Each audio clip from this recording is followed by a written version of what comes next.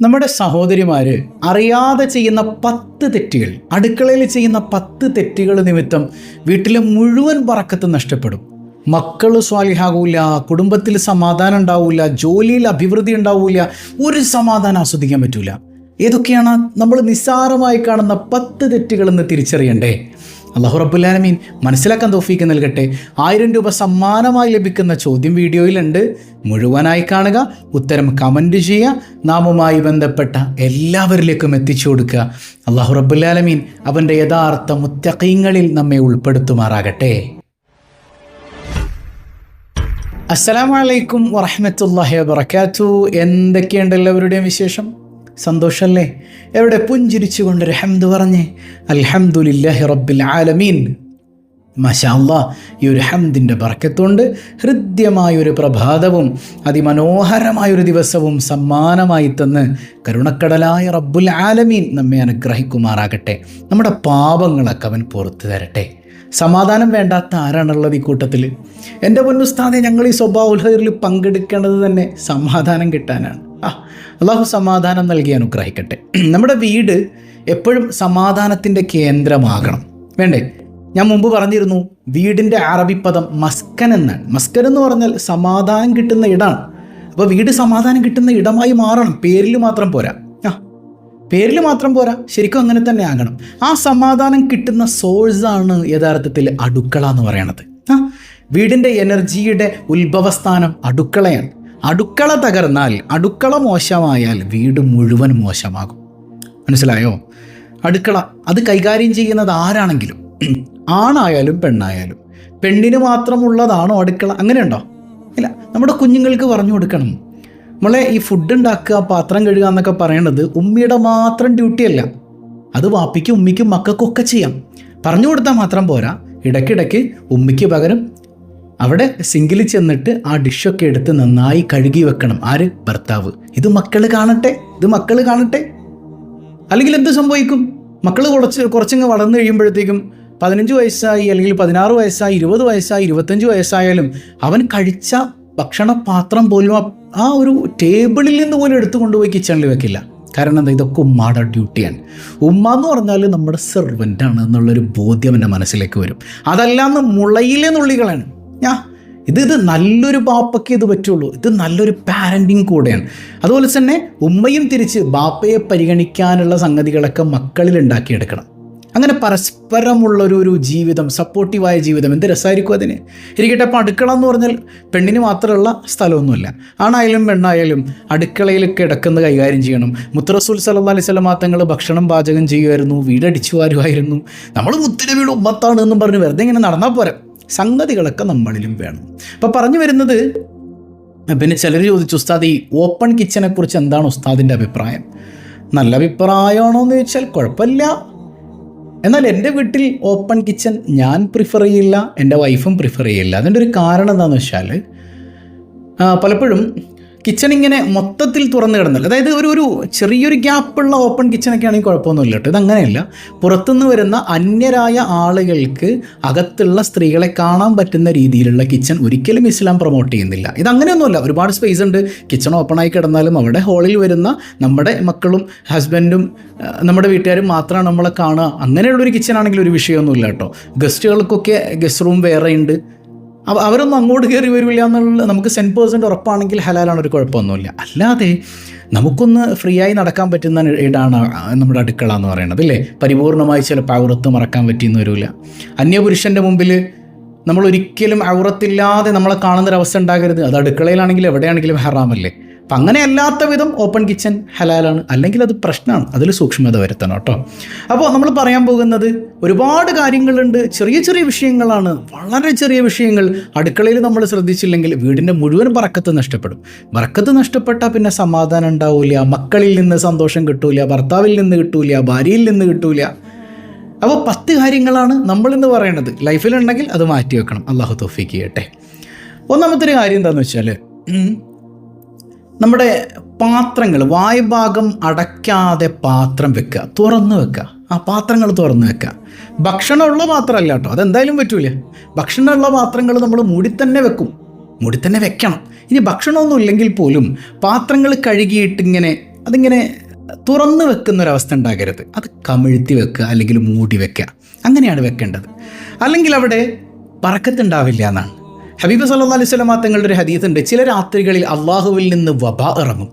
ഒരു അദാബ്, മാരക രോഗം, അതിങ്ങനെ ആകാശലോകങ്ങളിൽ നിന്ന് ഇറങ്ങി വരും. അത് തുറക്കപ്പെട്ട എല്ലാ പാത്രങ്ങളിലേക്കും അത് കയറും എന്നാണ്. അപ്പോൾ എല്ലാ പാത്രങ്ങളും അടച്ചു വെക്കണം. അടച്ചു വെക്കാത്ത പാത്രങ്ങളുള്ള വീടാണെങ്കിൽ അവിടെ ബർക്കത്തുണ്ടാവില്ല. അപ്പോൾ കമിഴ്ത്തി വെച്ചാൽ മതി. പാത്രങ്ങൾ കഴുകിയിട്ടൊക്കെ കമിഴ്ത്തി വെക്കാൻ ശ്രദ്ധിക്കുക.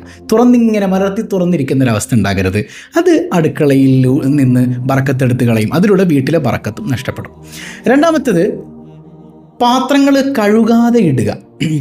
പലപ്പോഴും വീടുകളിൽ രാത്രി നമ്മൾ ഭക്ഷണം കഴിച്ചിട്ട് ഇനിയിപ്പം നേരം വെളുത്ത് കഴുകുക, അതവിടെ ഇങ്ങനെ സിങ്കിൽ കുന്നുകൂടി കിടക്കും. ഭാര്യയ്ക്ക് പറ്റുന്നില്ല, ഭർത്താവ് കഴുകാം, ഭർത്താവിന് പറ്റുന്നില്ല, മക്കൾ കഴുകുക. ഇനി എല്ലാവരും കൂടെ 3 പേരും കൂടെ നിന്ന് കഴുകി നോക്കി എന്ത് രസമായിരിക്കും അത്, അല്ലേ? കഴുകാതെ ഇടുന്ന ആ ഒരു പാത്രം അത് മലക്കുകൾ അങ്ങോട്ട് അടുക്കൂല. ദുർഗന്ധം, അതുപോലെ തന്നെ വൃത്തിയില്ലായ്മ, അതൊക്കെ കൊണ്ട് മലക്കുകൾ അടുക്കാത്ത വീടായി മാറും. വല്ലപ്പോഴും ഒരിക്കൽ വയ്യാതെ വന്നു അങ്ങനെ വിട്ടു എന്നതുകൊണ്ടല്ലോ ഈ പറയണത്. നിരന്തരം രാത്രി ഇങ്ങനെ കഴുകാതെ ഇടുന്നൊരു സ്വഭാവം ഉണ്ടാകാൻ പാടില്ല. ഇത് ഹറാമൊന്നുമല്ല കേട്ടോ, ബർക്കത്തുണ്ടാവില്ല, അത്രയേ ഉള്ളൂ. ബർക്കത്തില്ലെങ്കിൽ പിന്നെ എന്തിനാ ആ ജീവിതത്തിൽ സന്തോഷം ഉണ്ടാവുമോ? സന്തോഷം ഉണ്ടാവില്ല.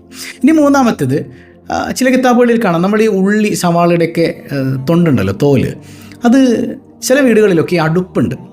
അതായത് നമ്മുടെ ഈ അടുക്കളയുടെ ബാക്ക് സൈഡിൽ ഉള്ള ഏരിയയിൽ എന്തുണ്ടാവും, അവിടെ ഈ അടുപ്പ് കൂട്ടിയിട്ടുണ്ട്. അപ്പോൾ അടുപ്പിലേക്ക് ഇട്ടിങ്ങനെ കരിച്ച് കളയും. അങ്ങനെ ഈ ഉള്ളിത്തോല് കരിക്കുന്ന വീട്ടിൽ ബർക്കത്തുണ്ടാവില്ല എന്ന് ചില മഹാന്മാരൊക്കെ പറഞ്ഞതായിട്ട് കാണാം.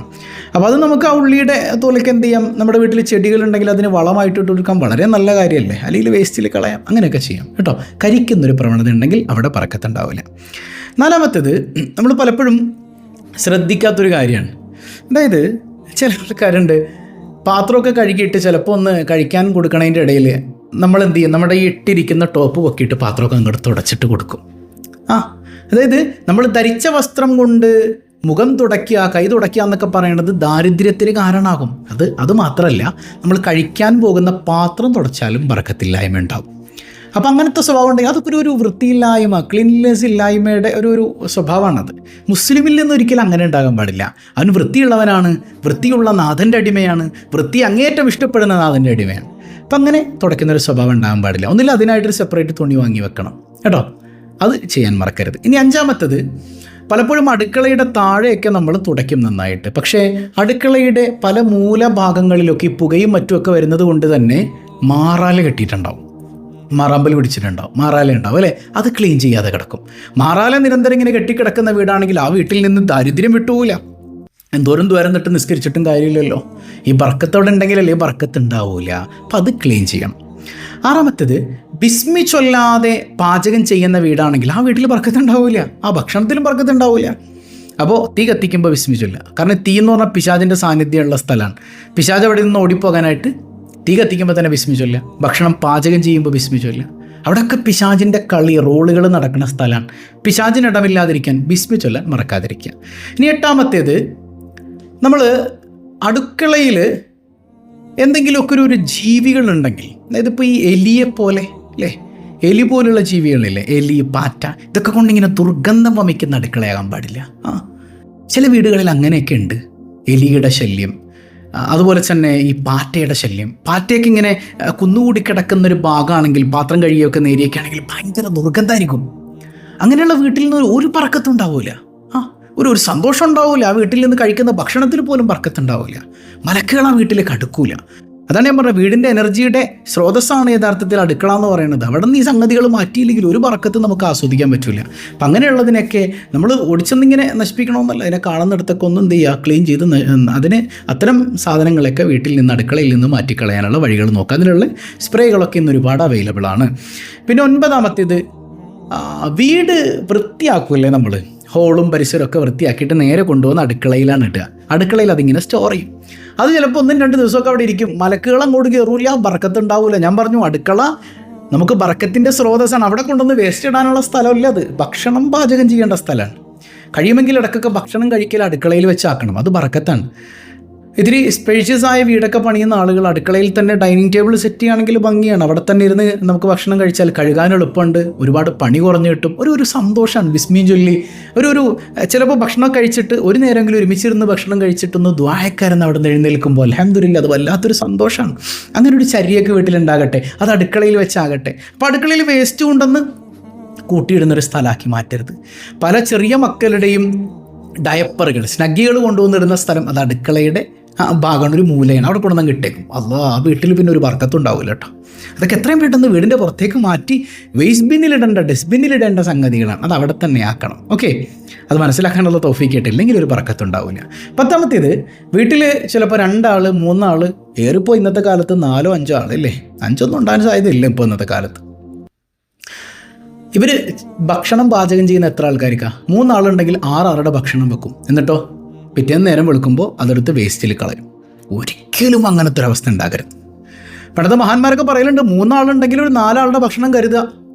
നമുക്ക് അതിഥികൾ ആരെങ്കിലും വരുമോ, അവർക്കും കൂടെ ഭക്ഷണം കരുതിയിട്ട് അങ്ങനെയൊക്കെ ചെയ്യുന്ന ആളുകളുണ്ട്. പക്ഷേ ഇന്ന് അങ്ങനെയാണെങ്കിൽ പോലും പണ്ടത്തെ അവസ്ഥയൊന്നുമില്ല. ഇന്നിപ്പോൾ ഒരു അതിഥി വന്നാലും നമുക്ക് വേഗം സൊമാറ്റോയിലോ സ്വിഗ്ഗിയിലോ ഓർഡർ ചെയ്യാനുള്ള അവസരങ്ങളുണ്ട്.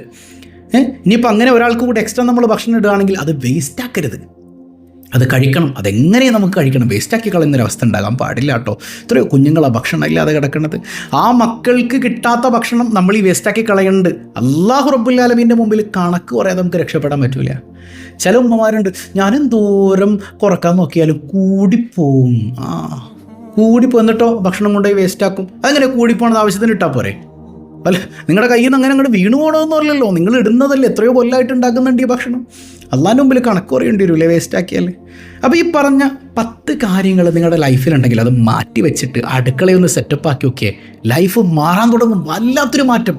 നിങ്ങളറിയാതെ ജീവിതത്തിൽ ബറക്കത്ത്, ജോലിയിൽ ബറക്കത്ത്, സമാധാനം, ഭർത്താവ് നന്നാകുന്നു, മക്കൾ നന്നാകുന്നു, എന്തോ ഒരു വല്ലാത്ത സന്തോഷാനുഭൂതി വീട്ടിൽ വന്ന് നിറയുന്നത് നിങ്ങൾക്ക് ആസ്വദിക്കാൻ പറ്റും. ഒന്ന് ട്രൈ ചെയ്ത് നോക്ക്. അള്ളാഹു സമാധാനം നൽകുമാറാകട്ടെ. ഇന്നലെ നമ്മൾ ചോദിച്ച ചോദ്യം സയ്യിദി അഹ്മദ് അൽ കബീർ ജിഫാഇ റളിയല്ലാഹു അൻഹുവിൻ്റെ മദ്ഹബ് ഏതാണെന്നാണ്. അത് ശാഫിഈ മദ്ഹബാണ്. അല്ലാഹു റബ്ബുൽ ആലമീൻ അവിടുത്തെ മദദ് നൽകി നമ്മെ അനുഗ്രഹിക്കുമാറാകട്ടെ. ഇന്നത്തെ ചോദ്യവും റിഫായി ഷെയ്ഖുമായി ബന്ധപ്പെട്ടിട്ടാണ്. അവിടുത്തെ പിതാവിൻ്റെ പേരെന്താണ്? സയ്യിദി അഹ്മദ് അൽ കബീർ റിഫാഇ റളിയല്ലാഹു അൻഹുവിൻ്റെ പിതാവിൻ്റെ പേരെന്താണ്? കമൻറ്റ് ചെയ്യുക. അല്ലാഹു ബറക്കത്ത് ചെയ്യട്ടെ. പതിവായി ചൊല്ലുന്ന ദിക്ർ സുബ്ഹാനല്ലാഹി വബിഹംദിഹി عدد خلقه ورضا نفسه وزنة عرشه ومداد كلماته سبحان الله وبحمده عدد خلقه ورضا نفسه وزنة عرشه ومداد كلماته سبحان الله وبحمده عدد خلقه ورضا نفسه وزنة عرشه ومداد كلماته الحمد لله رب العالمين اللهم صل على سيدنا محمد وعلى آل سيدنا محمد അർഹമുറാഹിമായ കരുണക്കടലായ റബ്ബേ, ഈ സദസ്സ് നീ സ്വീകരിക്കണയല്ല, നീ ഖായിബാക്കല്ലയല്ല. പടച്ചവനെ ബറക്കത്തുള്ള ജീവിതം നൽകണയല്ല. ആ ബറക്കത്ത് ജീവിതത്തിലുടനീളം ആസ്വദിക്കാൻ തൗഫീക്ക് നൽകണയല്ല. അസുഖബാധിതർക്ക് ശമനം നൽകണയല്ല.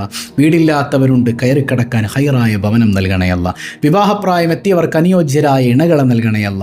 സിഹറുകൾ, പൈശാചികതകളിൽ നിന്ന് നീ മുക്തി നൽകണയല്ല. പടച്ചവൻ ഇണകളെ, മക്കളെ നന്നാക്കണയല്ല, നേർവഴിയിലാക്കണയല്ല. റബ്ബന, ഞങ്ങളിൽ നിന്ന് മരണപ്പെട്ട മാതാപിതാക്കൾ, ബന്ധുമിത്രാദികൾ ഈ കടന്നു വരുന്ന വെള്ളിയാഴ്ച രാവിൻ്റെ ബറക്കത്തുകൊണ്ട് അവരുടെ ഖബറിടം പ്രകാശപൂരിതമാക്കണയല്ല. പരിശുദ്ധ ഭൂമിയിൽ ചെന്ന് ഹജ്ജും ഉംറയും ചെയ്യാതെ, സിയാറത്ത് ചെയ്യാതെ ഞങ്ങളെ നീ തിരിച്ചു വിളിക്കല്ലയല്ല. ഞങ്ങളെയും ഞങ്ങളിൽ നിന്ന് വിട പറഞ്ഞവരെയും അഷ്റഫുൽ വറ റസൂലുള്ളാഹി സ്വല്ലല്ലാഹു അലൈഹി വസല്ലമ തങ്ങളോടൊപ്പം നിന്റെ കാരുണ്യം കൊണ്ട് ഒരുമിപ്പിക്കണയല്ല. ആമീൻ ബിറഹ്മതിക യാ അർഹമർ റഹീമീൻ ബിഹഖി സ്വല്ലല്ലാഹു അലാ മുഹമ്മദ് സ്വല്ലല്ലാഹു അലൈഹി വസല്ലം സ്വല്ലല്ലാഹു അലാ മുഹമ്മദ് സ്വല്ലല്ലാഹു അലൈഹി വസല്ലം അല്ലാഹുമ്മ സ്വല്ലി അലാ മുഹമ്മദ് യാ റബ്ബി സ്വല്ലി അലൈഹി വസല്ലം. വസ്സലാമു അലൈക്കും വറഹ്മത്തുള്ളാഹി വബറകാതുഹു.